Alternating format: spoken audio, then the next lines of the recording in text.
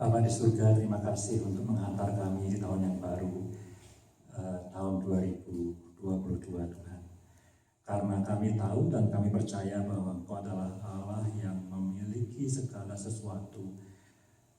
Tuhan yang memiliki kami semua, Tuhan yang memiliki alam semesta ini.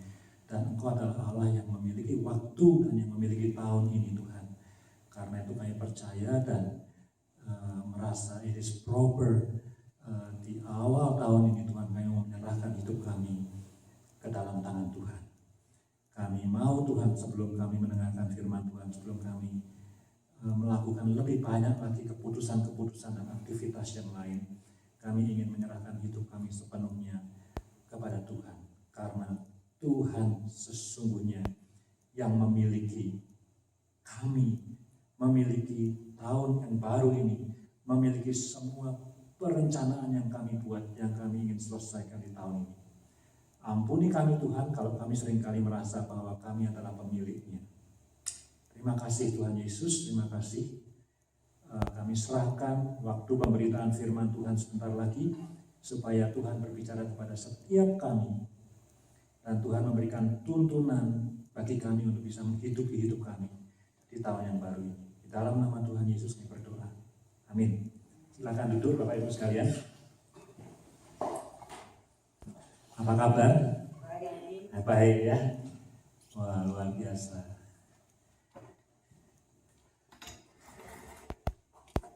Oke. Baru-baru ini saya membaca satu tulisan yang bagus sekali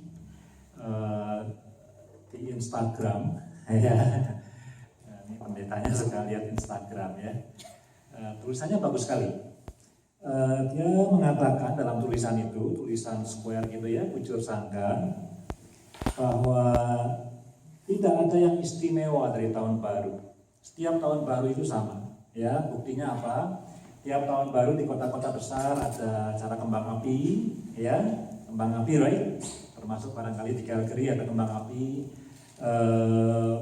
Tiap tahun baru orang bikin perencanaan, ya.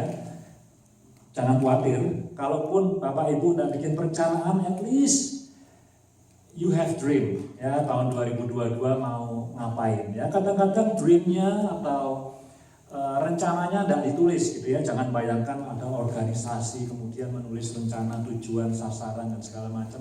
Tapi, I'm starting the year with the expectation of graduating from my school misalnya, with the expectation of getting my PR, with the expectation of karirnya naik, dapat pekerjaan baru dan seterusnya, gitu ya. Itu kalaupun bukan plan tapi ada sesuatu, itu every year sama gitu. Kita mulai semangat yang baru, kartu-kartu selamat tahun baru juga selalu sama. May your new year be bright and be successful, be joyful, semua gitu ya. Itu semua sama, tidak ada yang istimewa. The beginning of 2022 is the same with the beginning of 2021. Dan nanti tahun depan sama lagi. Ya kira-kira gitu ya. Tetapi yang berbeda adalah the end of the year. Yang kadang-kadang tersembunyi di balik megahnya tahun baru. Karena at the end of the year you either be happy because all of the plan that you have, all of the dream that you have at the beginning of the year, you accomplish it, dapat semua itu atau sebagian dari itu, or you will cry. Aduh, tahun ini my dream failed, apa yang aku inginkan, apa yang aku impikan tidak terjadi, sedih, nangis kita, ya. Itu flyer itu saya tidak pernah lupa, baru dapat berapa hari yang lalu karena dalam rangka tahun baru 2022. So the beginning of the year is all the same, but the end is different.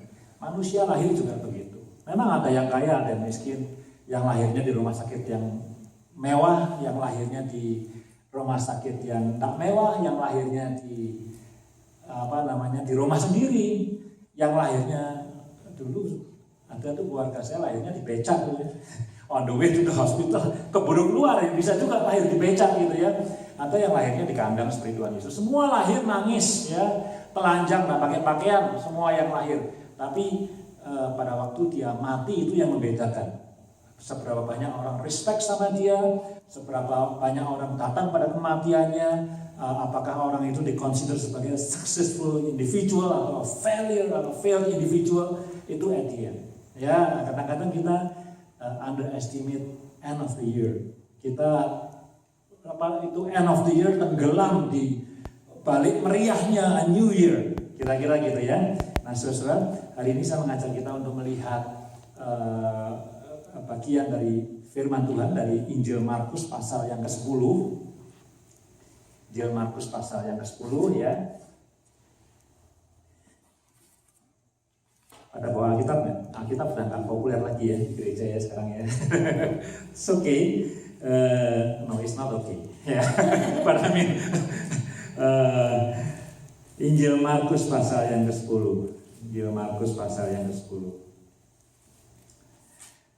Nah, mulai ayat pertama. Nah, panjang ya, tapi jangan khawatir, saya akan membuat ini jadi bertele-tele. Injil Markus pasal yang ke-10 itu dimulai dengan satu perikop tentang divorce, tentang perceraian. Tapi saya tidak akan khotbah soal perceraian hari ini.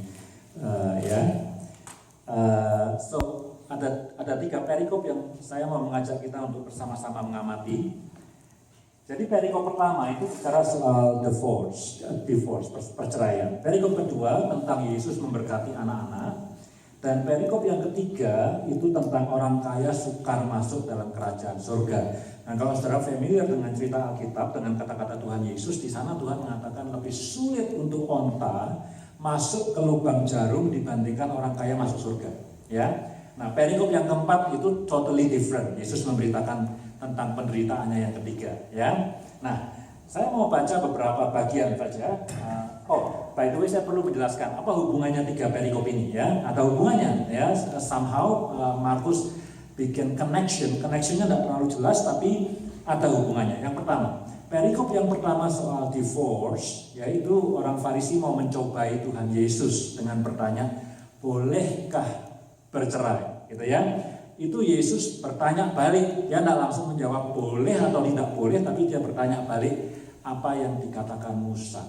Ya, kalau Yesus ngomong soal Musa itu dia referring kepada the Torah, hukum Taurat, ya, karena Musa itu dianalogikan dengan hukum Taurat. Jadi Yesus nanya apa yang dikatakan oleh hukum Taurat, ya. Dan kemudian pada perikop yang ketiga, ketika orang kaya datang kepada Tuhan Yesus dan bertanya, bagaimana caranya supaya aku juga bisa mendapat warisan tentang kerajaan surga, Yesus kemudian mengatakan list dari hukum Taurat.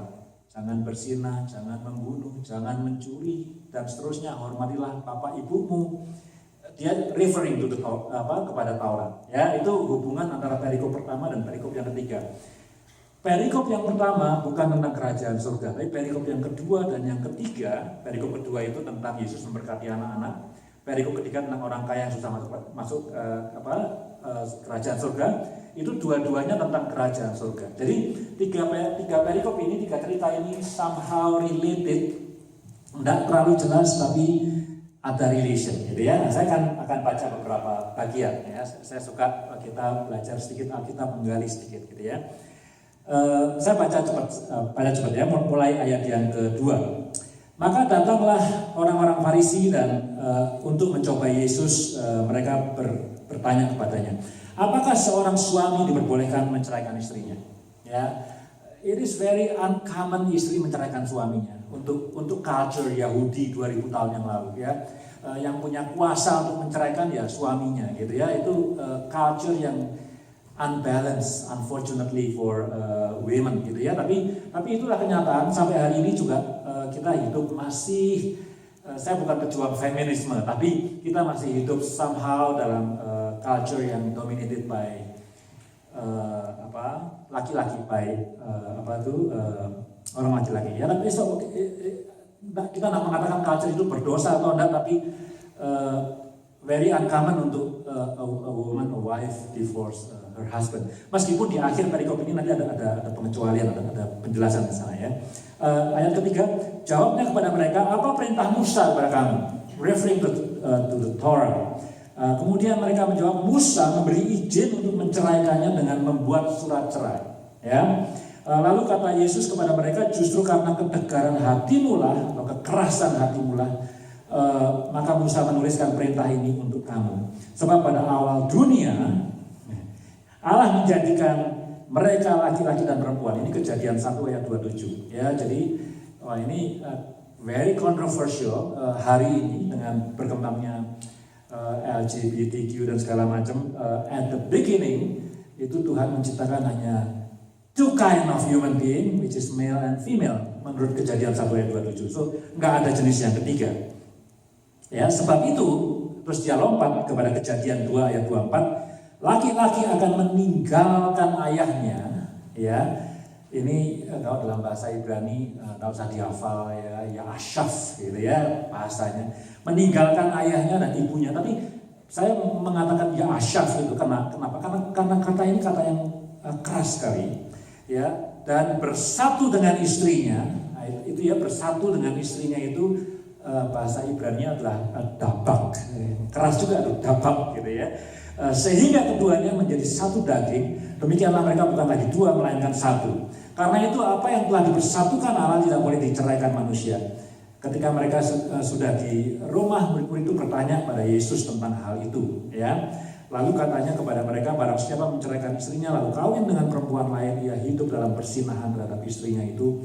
Dan jika si istri menceraikan, ini yang Yesus kasih tambahan bahwa maybe small number of wife, ya. Jika istrinya menceraikan suaminya dan kawin dengan laki-laki lain, ia berbuat zina. Nah, saudara, kalau saudara misalnya bilang sama orang di rumah, ya, aku mau ke gereja hari ini, ya.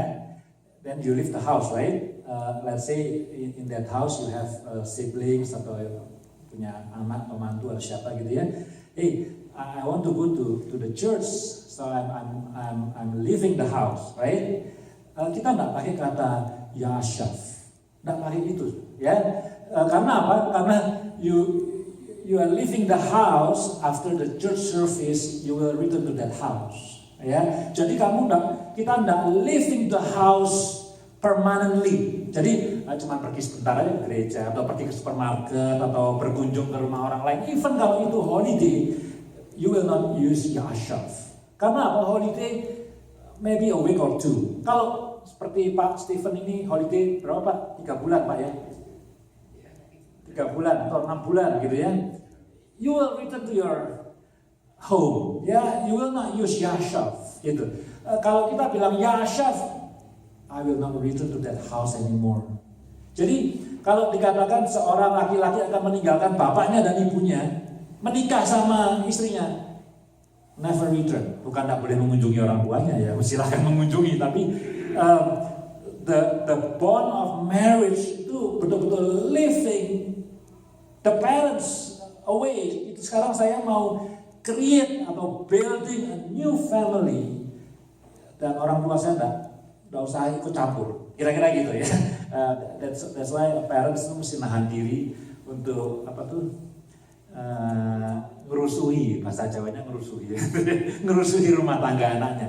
Well, anaknya belum tentu sukses dalam rumah tangga, anaknya belum tentu bahagia dalam rumah tangga. Kita boleh aja memberikan nasihat gitu ya, tapi the man ini, laki-lakinya ya itu meninggalkan orang tuanya dengan kata ya Ashaf, itu tidak akan kembali kepada si orang tua, ya. Dan kemudian dapat bersatu dengan istrinya, itu juga tidak sama dengan kalau saya mengunjungi orang kemudian selama 2-3 jam having fellowship dengan mereka, makan malam gitu ya. Itu kita tidak akan pakai kata dapat untuk berkumpul dengan seperti itu. Kita di gereja ini 1,5 jam 90 menit service, kita tidak akan pakai kata dapat ya. Dapat itu menjadi satu. Even salah satu ilustrasi yang bagus kalau kita punya mainan Lego itu, anak-anak di bawah punya Lego ya. Lego itu kan kita gabung-gabungkan. Itu tidak dapat karena Lego itu kalau disatukan kemudian dilepas lagi, tidak ada yang sakit, tidak ada yang menderita. Nah, tapi kalau suami dan istri kemudian itu bercerai, itu pain, itu hurtingnya luar biasa. Karena apa? Karena bersatunya itu becoming one flesh. Ya, jadi memang one flesh itu punya konotasi seksual, tapi bukan cuma seksual gitu ya, tapi karena dampak itu, kalau ada perceraian itu pasti hurting. Meskipun nih ya, kalau saudara baca-baca berita selebritis yang tentang gosip-gosip ya, kenapa bercerai? Oh, kita bercerai baik-baik, we are still friends because ada irreconcilable issue. Ya, itu kan yang dipublish itu ya. Jadi ada isu yang nggak bisa direconcile, jadi kita bercerai. Tapi whatever divorce itu hurting, karena itu bukan cuma kayak Lego yang bisa ditambah-tambah, bisa dipisahkan, tetapi erat. Nah, saudara, yang menarik adalah dalam bahasa Ibrani, dapak dan yashaf itu dipakai sering kali dalam cerita Musa, Exodus itu ya. Ketika orang Israel itu percaya kepada Yesus gitu ya, mengikatkan dirinya kepada Yesus, pada Yahweh ya, itu dia pakai dapak. Jadi dapak dan yashaf itu adalah covenantal language. Jadi it's a language of a covenant, bukan cuma covenant itu mungkin orang akan bilang a deeper yang lebih dalam dari sebuah perjanjian gitu ya. Jadi covenant antara umat Israel dengan Tuhan. Maka itu dalam Efesus ketika ada Paulus cerita mengenai pernikahan dia, kalau masih ke Efesus 5, dia itu dia bilang begini, rahasia ini besar sekali. Pernikahan itu rahasia tentang apa? Tentang hubungan antara Kristus dengan jemaatnya. Ya, jadi ini percis sekali dengan Markus. Cuma Markus pakai ilustrasi Musa bilang apa? Ya, Yesus dan Musa bilang apa gitu ya. Nah, dapak dan yashaf itu adalah relasi antara Israel dengan Tuhan. Jadi ketika orang Israel itu berkhianat meninggalkan Tuhan, mengkhianati Tuhan, ya, sampai kemudian Tuhan kasih tulah beberapa kali, itu yashaf. Itu meninggalkan. Jadi bukan cuma sementara lupa berdoa gitu ya, sementara lupa bergereja, tapi orang Israel betul-betul meninggalkan, melupakan Tuhan. Kalau pakai bahasa Alkitab, kamu melupakan aku, gitu ya. Tapi ketika orang Israel bertobat dan datang kepada Tuhan, dia pakai dapak. Jadi sesuatu yang punya kesungguhan yang dalam sekali. Itu pernikahan sesuatu ya. Jadi sesuatu yang dalam sekali. Cuma sekali lagi, hari ini saya tidak kontak soal pernikahan. Ya, saya cuma ceritakan backgroundnya aja. Nah, Yesus tanya kepada orang Farisi, Musa bilang apa? Musa bilang boleh. Tapi kalau you divorce your wife, you have to produce atau publish atau bikin surat cerai. Ini menarik ya. Ya, kenapa bikin surat cerai? Ya, ini saya lebih banyak jelaskan background, tapi intinya gampang.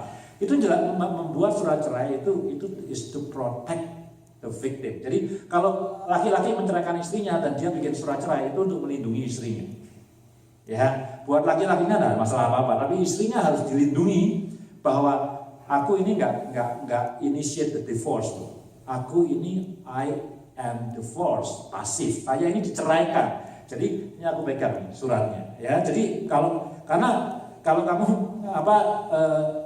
menceraikan, ya, kalau kamu aktif menceraikan, and then you live with another woman, dia bilang kamu berzina.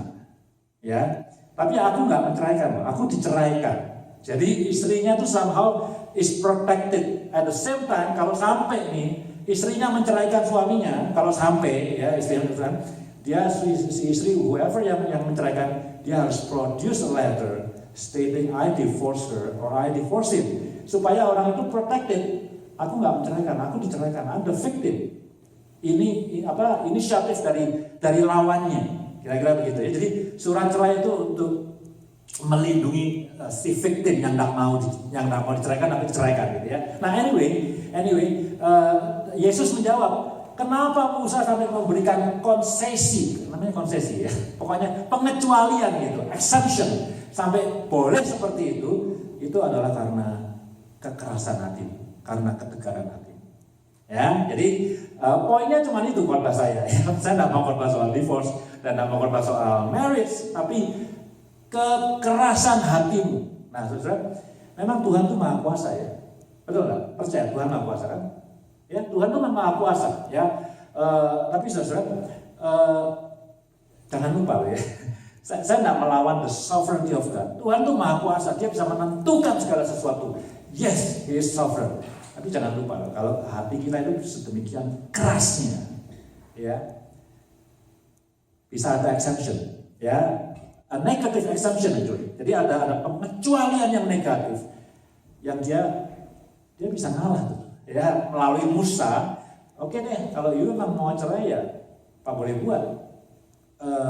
Apa yang dikatakan Tuhan di Maleakhi bahwa dia membenci perceraian tidak pernah batal ya. Tuhan tetap membenci perceraian, tapi kalau you ngotot juga, well, up to you. Tapi jangan lupa, the victim itu perlu to be protected. Jadi kalau kamu mau menceraikan dia, you have to sign a letter saying that I divorce her or I divorce him. Itu untuk melindungi yang di divorce, ya. Jadi itu pertama. Jadi poin saya nanti saya rapikan. Pesan di sini, entah itu untuk divorce, entah itu tidak divorce, entah itu apa saja, kita perlu berhati-hati dengan hati kita, karena hati kita itu bisa sedemikian kerasnya sampai tanda kutip Tuhan itu bisa ngalah, gitu ya. It's not positive, tapi saya ingin mengatakan bahwa Tuhan itu bisa ngalah, ya. Mungkin bukan Tuhan, namanya Musa, tapi Musa itu adalah pemimpin Israel, pemimpin yang dipilih oleh Tuhan. Dia bisa, daripada you nanya terus boleh nggak divorce, silahkan divorce deh. Kira-kira gitu ya. Nah, kalau sampai Tuhan itu membiarkan kita seperti itu, don't be happy. Menyedihkan sekali. Tuhan sudah bowat itu bahasanya ya. Ya sudah. Udahlah ya, terserah lu deh, maunya ngapain aja gitu ya. Itu yang pertama. Yang kedua, cerita yang kedua saya baca ya. Yesus memberkati anak-anak. Nanti kita coba kita lihat hubungannya apa dengan tahun yang baru ini. Lalu orang membawa anak-anak kecil kepada Yesus. Kacamata dulu. Lalu orang membawa anak-anak kecil kepada Yesus supaya ia menjamah mereka, tapi murid-muridnya memarahi orang-orang itu. Ketika Yesus melihat hal itu, ia marah dan berkata kepada mereka, biarkan anak-anak itu datang kepadaku, jangan menghalang-halangi mereka, sebab orang-orang yang seperti itulah yang mempunyai kerajaan Allah. Aku berkata kepadamu, sesungguhnya barang siapa yang menyambut kerajaan Allah seperti seorang anak kecil ini, tidak akan masuk ke dalamnya. Lalu ia memeluk anak-anak itu dan sambil meletakkan tangannya atas mereka, ia memberkati mereka. Maksudnya, anak kecil itu kita sering anggap sepele ya. Semua lah ya, nggak usah saudara saya juga ya, anak kecil bisa apa sih? Nah, kira gini ya. Seringkali kalau orang Indonesia gitu ya, anaknya lulus sarjana biasanya ya di Indonesia, once you graduated from college, sekarang udah jadi orang nih. Dulunya nggak apa-apa, karena udah jadi orang setelah dapat college certificate dan sekarang dia jadi manusia. Sebelumnya apa kita nggak tahu ya. Kita meremehkan anak-anak kecil ya. Saya juga sebagai orang tua secara nggak sadar kadang-kadang sering juga seperti itu ya. Anak kecil bisa apa sih? Kadang-kadang ya to be honest, banyak kesalahan orang tua kadang-kadang treatment anak-anak dianggap golongan yang kurang penting ya. Di gereja bertahun-tahun, saya pikir gereja juga, saya pikir sekarang sudah jauh lebih baik, tapi bertahun-tahun gereja juga melihat anak kecil sebagai kelompok yang kurang penting gitu ya. Kadang-kadang kita willing, the church itu willing to pay good speaker untuk diundang bicara di gereja, bayar yang mahal. Kalau gerejanya besar, pembicaranya dari luar negeri juga didatengin ya, bayar tiket. Jangan main-main untuk berbicara tuh kalau sampai diundang gereja besar, tidurnya di hotel bintang 5. Beda sama Tuhan Yesus. Saya nggak kritik ya, cuma saya mau kasih tahu aja. Jadi kalau ada gereja gede yang undang-undang pembicara sampai dari luar negeri atau luar kota, itu di hotel bintang 4, nggak akan hotel bintang 4 atau 3, hotel bintang 5 pasti itu. Kalau sampai undang seperti itu, ya. Jadi tapi untuk sekolah minggu mungkin 10% dari dari yang budgetnya dari yang ibadah dewasa gitu ya. Jadi kita sering menganggap remeh anak-anak kecil gitu ya, termasuk murid-murid Tuhan Yesus juga. Jadi ada anak-anak kecil mau datang kepada Tuhan Yesus supaya minta diberkati gitu, sama murid-muridnya diusir. Kamu nih golongan yang nggak penting, nanti dulu pasti banyak orang dewasa yang perlu ya. Ini tadi dalam kisah ini, kalau tadi dalam kisah yang pertama, problemnya adalah kekerasan hati. Jadi kita ngotot untuk sesuatu yang sebetulnya tidak dikehendaki Tuhan, yang Tuhan tidak suka, yang Tuhan tidak mau. Tapi dalam kisah yang kedua ini menarik sekali. Kita melihat sesuatu yang sebetulnya penting di hadapan Tuhan. Kita lihatnya tidak penting, kita meremehkan itu. Padahal Tuhan bilang, kalau kamu tidak menyambut kerajaan surga seperti anak-anak ini, kamu tidak akan layak untuk masuk kerajaan itu. Jadi anak-anak itu kalau nyambut seperti apa?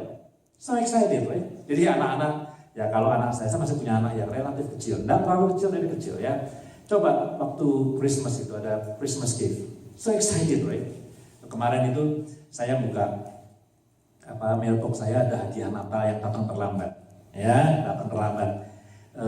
Saya bawa masuk, saya buka mailbox terus saya kerja, saya bawa dengan mobil itu boxnya, terus pulang saya turun, wow.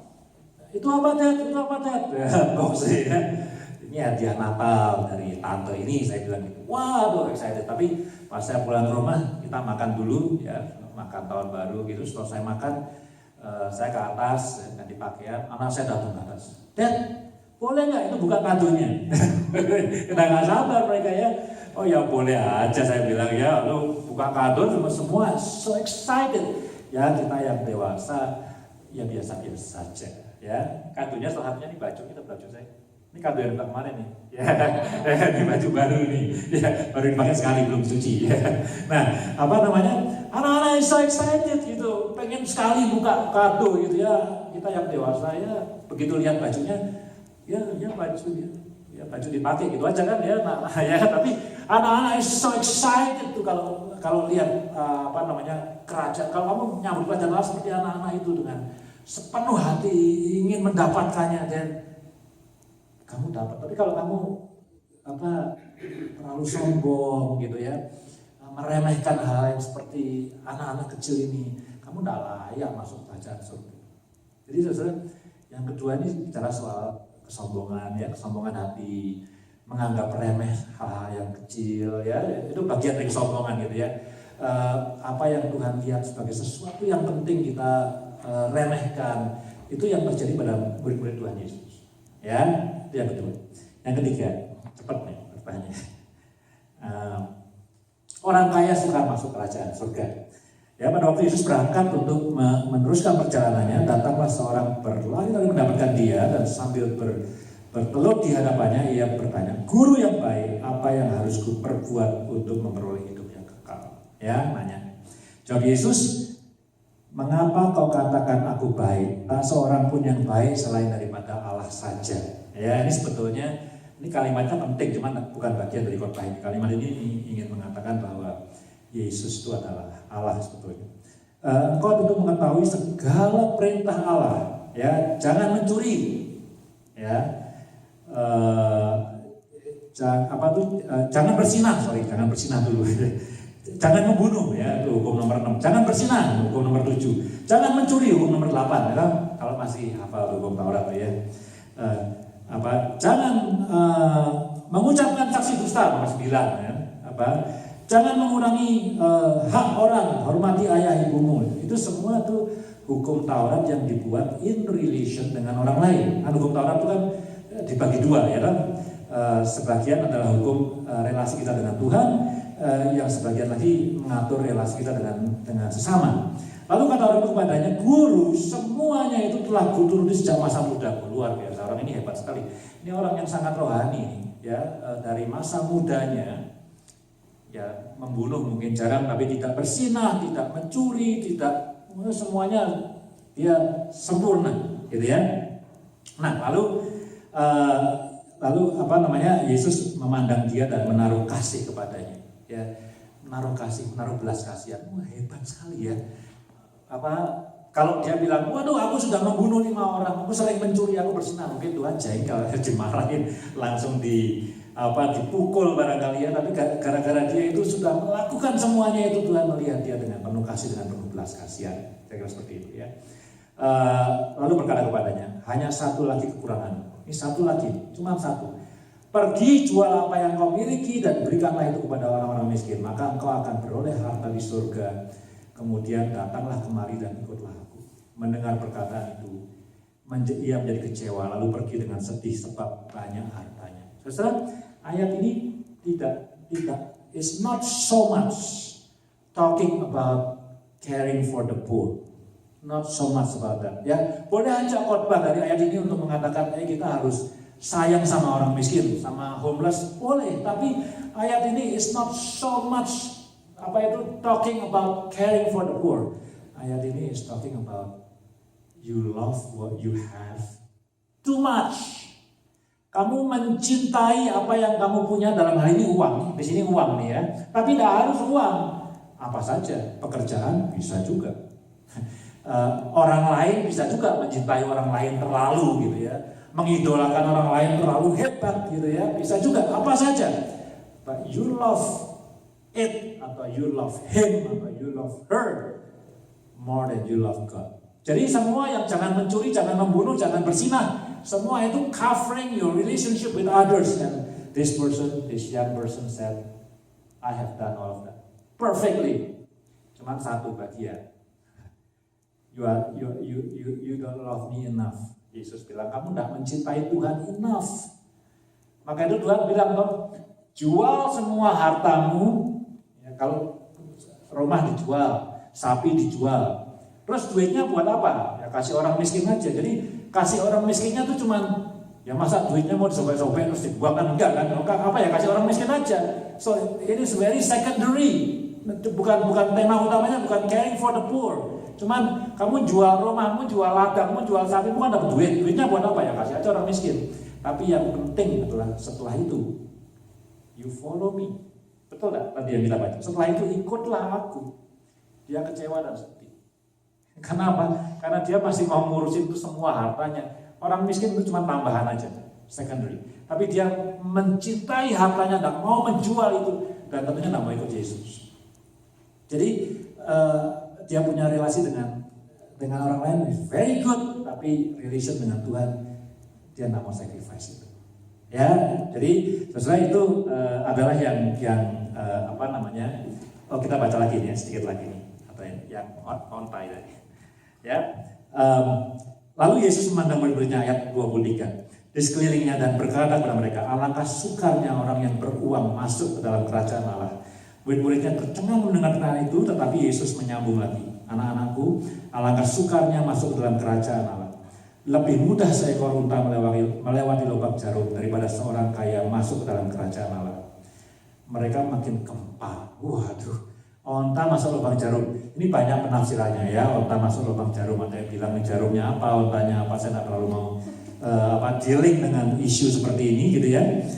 Tapi mereka makin gempar. At least mereka dalam otaknya murid Tuhan Yesus, it is impossible. Jika demikian, bagi manusia hal itu tidak mungkin, gitu ya. Tetapi bukan demikian bagi Allah, sebab segala sesuatu adalah mungkin bagi Allah. Ya, tapi perikop ini ingin mengatakan betapa sulitnya kita itu mendedikasikan hidup kita seluruhnya itu buat Tuhan. Betapa sulitnya. Kita seringkali mencintai apa yang kita miliki lebih daripada kita mencintai Tuhan. Nah, saudara, prinsipnya apa tadi? Nomor 1, jangan mengeraskan hati, dari cerita mengenai divorce, right? Ya, Tuhan tuh maha kuasa, gitu ya.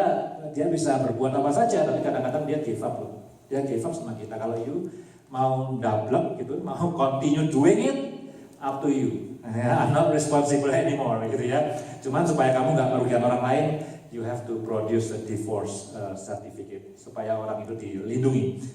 Yang kedua, jangan sombong gitu ya, lihat orang-orang yang nampaknya tidak berarti, yang kecil gitu ya, ternyata penting di hadapan Tuhan ya. Kita seringkali melihat itu sebagai tidak penting. Dan yang ketiga tentu jangan mencintai apapun juga lebih dari kita mencintai Tuhan. Ini bahasa klise tapi itulah arti mengikut Tuhan Yesus. Nah, saudara, apa hubungannya dengan tahun yang baru ya? Saudara punya rencana kan? Saya percaya orang yang di tempat ini, yang dalam ruangan ini, anggota House Coalition 3 Kali, tentu punya rencana yang baik dan punya impian yang baik. Tidak ada satupun di antara kita yang misalnya tahun 2022 punya rencana untuk membunuh orang. Tidak ada kan? Tidak ada kita yang punya rencana mau mencuri mobil tetangga, kan nggak ada ya. Nggak ada di antara kita yang mau punya impian, aku mau sekolah tapi aku mau supaya nanti pada ujian akhir aku gagal, kan nggak ada. Ya semua mesti punya rencana yang baik ya. Mesti punya tujuan yang baik. Belum tentu itu dikehendaki Tuhan, tapi saya yakin kita semua ini manusia yang normal, kita punya semua yang baik. Kalau ada yang buruk-buruk tahun 2021, pengennya 2022 baik ya. Covid pengennya berlalu ya. Saya juga pengen berlalu supaya kita bisa lebih bebas sedikit ya. Kita semua ingin sesuatu yang baik. Tapi saudara, saya katakan yang membedakan itu bukan the beginning of the year, tapi the end of the year ya. Kita mungkin bisa punya 10 plan, 10 dream, berapa yang tercapai? Maybe 0 ya, maybe 1, maybe 2, maybe all of them kita succeed, semuanya tercapai. Maksudnya hanya barangkali this is the message, these 3 items is the message gitu ya. Dalam kita menjalankan semua rencana kita itu, semua keinginan kita itu ya, nomor 1, jangan mengeraskan hati kita ya. Tadi saya doa tadi saya bilang itu bukan dari pikiran saya. Karena menurut saya doa tadi adalah dari Tuhan menurut saya. Saya mengucapkan aja ya. Dunia ini punya Tuhan. Ya, minggu lalu saya sudah ngomong sedikit ya. Di Instagram lagi kan, saya bilang ya, kesalahan manusia itu, kata Instagram itu, orang yang posting itu, kesalahan yang paling besar yang dimiliki manusia adalah karena mereka sering merasa memiliki waktu. Ya, postingnya mengatakan waktu itu free, you don't have to pay for time. Tapi kamu tidak pernah owning time, kita tidak pernah punya waktu. Kita bisa menggunakan waktu, tapi kita tidak pernah punya waktu. Kita tidak bisa saving time, kita tidak bisa menabung waktu, tapi itu gratis. Haleluya, itu gratis. Kita cuma bisa menggunakannya saja. Itu kata Instagram. Nah, kita punya banyak rencana. Ya, kita punya banyak rencana. Tapi Tuhan itu yang punya segala sesuatu, dan Tuhan yang punya tahun ini juga, Dia punya tahun 2022. Ya, bukan kita. Kita bilang aku punya rencana, punya dream dan segala macam, tapi semua yang punya adalah Tuhan. Ya, kalau kita sesuai dengan kehendak Tuhan ya, haleluya, kita akan succeed. Kita akan lihat banyak dream kita comes true, banyak impian kita akan come true. Nah, syaratnya cuma 3 hal ini. Nomor 1, jangan mengeraskan hati. Ya, aku mau beli mobil 3 tahun 2022 ini misalnya aja. I want to buy 3 cars. Kasih tahu ya, mereknya ini, mobilnya tahun sekian, speknya bla bla bla segala macam. Boleh aja, mau nggak jahat kok, mau beli mobil pakai duit sendiri kan boleh-boleh aja ya. Tapi maybe ini dalam proses untuk membeli mobil mungkin Tuhan say something to you. He may say jangan 3, 2 aja cukup, barangkali ya. He may say you can buy 3 but different brand. Who knows ya? Or he may say don't buy car, buy an aeroplane. Nggak tahu ya, misalnya. Ya, we don't know ya. Tapi kita dinasihatkan sini untuk tidak mengeraskan hati kita, tidak ngotot dengan apa yang kita inginkan di tahun ini. Gereja juga bisa punya rencana macam-macam. Tapi kita tidak mau ngotot untuk itu, tidak mau mengeraskan hati untuk itu. Ya, itu 1. Ya, yang kedua, jangan sombong ya. Di tahun yang baru ini, jangan sombong. Dalam hal ini dalam konteks perikop tentang anak-anak ini khususnya, Jangan meremehkan hal-hal yang nampaknya kecil di tahun 2022 ini. Tidak tahu itu apa, tapi jangan pernah meremehkan hal-hal yang nampaknya kecil, yang kayaknya it's nothing. Ya, ayo kita melatih diri untuk menghargai setiap hal, termasuk yang kecil sekalipun. Ya, saya senang selalu kalau masih ingat, khususnya yang aktif melayani di sini. Dulu Pastor Jeffrey Rahman pernah bilang, semua itu pohon yang gede itu selalu mulai dari benih, dan ada benih yang besar. Benih itu selalu kecil. Saya tidak tahu benih apa yang paling besar, tapi saya pernah kasih ilustrasi di gereja ini. Rasanya sejauh pengalaman saya, biji yang paling besar ya biji mangga, ya. Biji mangga Indonesia romanis itu gede sini. Yang lainnya kayaknya belum pernah saya lihat biji yang lebih besar dari itu. Anda tahu ada nggak? Pernah lihat biji yang lebih besar biji mangga? Saya nggak tahu ya. Tapi benih itu kecil-kecil ya, semua kecil gitu ya. Tapi dari yang kecil itu punya potensi yang besar sekali. Saya mengajak kita tahun 2022 ini, selain kita mengeraskan hati, juga jangan menyepelekan hal-hal kecil yang datang dalam kehidupan kita. Who knows? Ya, kita melihat itu kecil, tapi ada sesuatu yang besar yang Tuhan ingin lakukan melalui itu. Dan yang ketiga, jangan mencintai apapun juga lebih dari kita mencintai Tuhan. Ya, in whatever dream you have, whatever plan that you have, use these three principles. Nah, saya mau tutup khotbahnya dengan ini. Ya, ini tutupnya ini.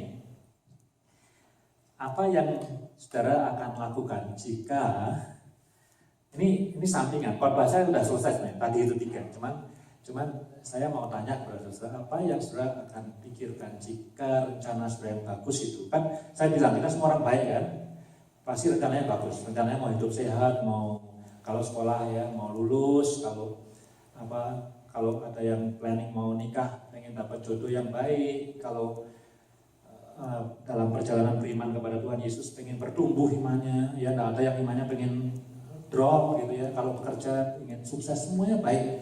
Tapi bagaimana seandainya tidak terjadi plannya? Ya, yang sudah plankan atau impikan lah, bukan plan ya, impikan dreamnya tidak terjadi.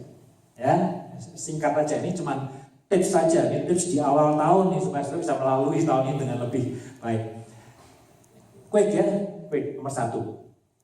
Kalau saudara apa yang saudara rencanakan tidak terjadi, ya nggak usah nunggu Desember, mungkin bulan Februari udah kelihatan gagal gitu, ya.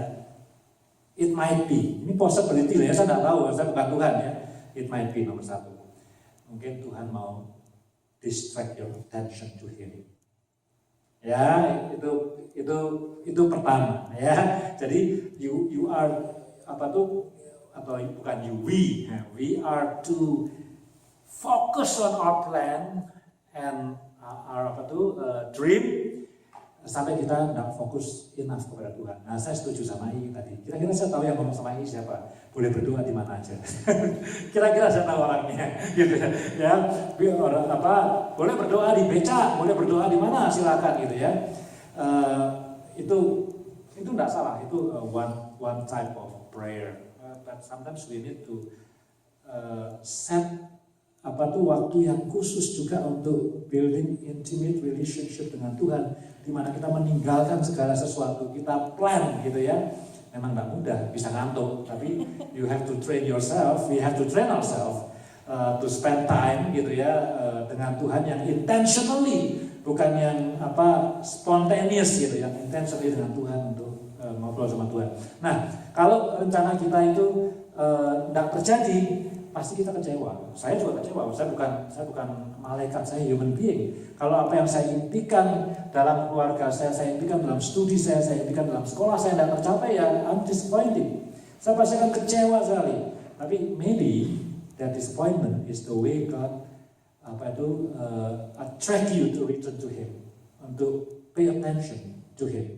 Ya, itu might be. Saya tidak tahu. Saya bukan dukun, saya bukan Tuhan. I don't know, but yang kedua, kalau sampai plan kita itu tidak sesuai dengan apa yang kita inginkan atau yang kita rencanakan, maka kemungkinan kedua, ambil yang positifnya. Ya, nomor 1 mungkin Tuhan ingin kamu datang ke pay attention to me, gitu ya, nomor 2, be positif. Ya, Tuhan punya rencana yang lebih baik daripada yang kita rencanakan. Ya, kita pernah bilang rencana Tuhan selalu baik. Jadi try to be positive, gitu ya. Ini sekali lagi ini yang tip terakhir ini sebenarnya bukan bagian dari khotbah saya. Cuma ngasih tip aja kalau nanti along the way in 2022 it doesn't happen, then God has a better plan for you and for me. Ya, kita kecewa ya kecewa, tapi Tuhan punya rencana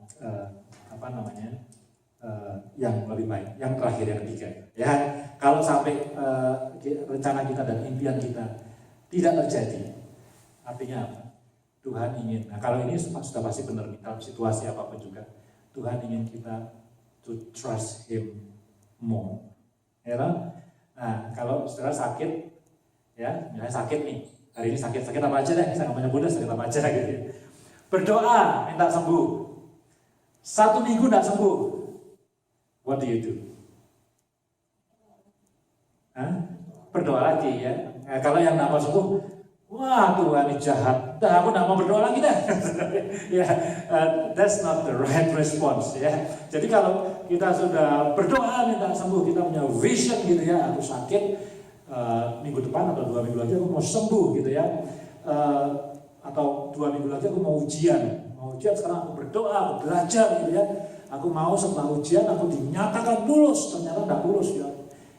Harusnya kita crying more, depend on God more, trust in Him more, supaya apa yang kita impikan itu tercapai. Seringkali kita tidak mencapai impian kita dan rencana kita bukan kita kurang pintar, bukan karena kita kurang kuat, bukan karena kita kurang baik, tapi karena kita kurang bergantung sama Tuhan.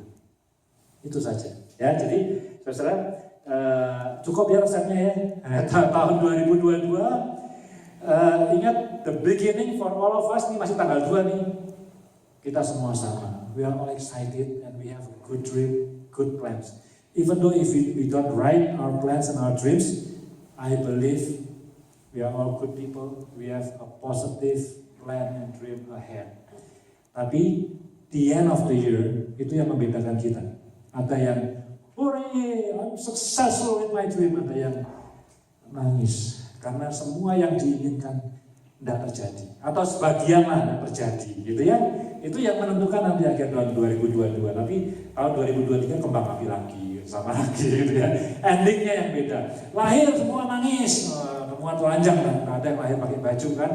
Tapi di ruang jenazah, di funeral service, orang beda-beda. Ada yang dihormati, ada yang biasa-biasa saja.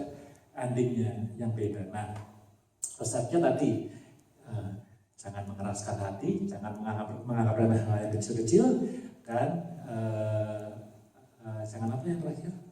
Oh, jangan mencintai apapun juga lebih daripada Tuhan. Ya, nah tadi yang terakhir 3 itu bonus saja. Ya, kalau sampai tidak terjadi impiannya, mungkin Tuhan ingin mau direct your attention to Him, gitu ya.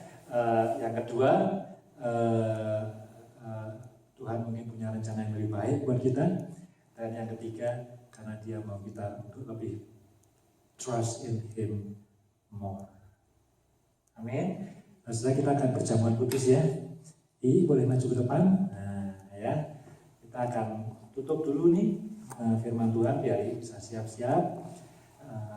Mari kita berdoa. Bapa di surga, terima kasih untuk firman-Mu yang bisa memulai tahun yang baru ini Tuhan. Kami mau merendahkan hati di hadapan Tuhan, supaya kami bisa melewati tahun yang baru ini. Dari awal kami mau merendahkan diri di hadapan Tuhan, kami mau mengatakan sebagai gereja-Mu, sebagai jemaat-Mu, sebagai individual, bahwa kami ingin melangkah di tahun yang baru ini bersama dengan Tuhan. Kami ingin melangkah di tahun yang baru ini dengan mencintai Tuhan lebih dari semua yang lain. Bukan pekerjaan kami, bukan uang kami, bukan harta kami, tapi Tuhan. Kami mau bertekad untuk jadikan Engkau orang yang nomor 1 dalam hidup kami.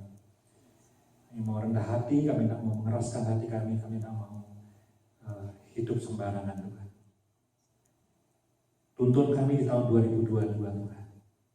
tuntun kami, gandeng kami, supaya kami tak salah melangkah. Terima kasih untuk firman-Mu Tuhan Yesus.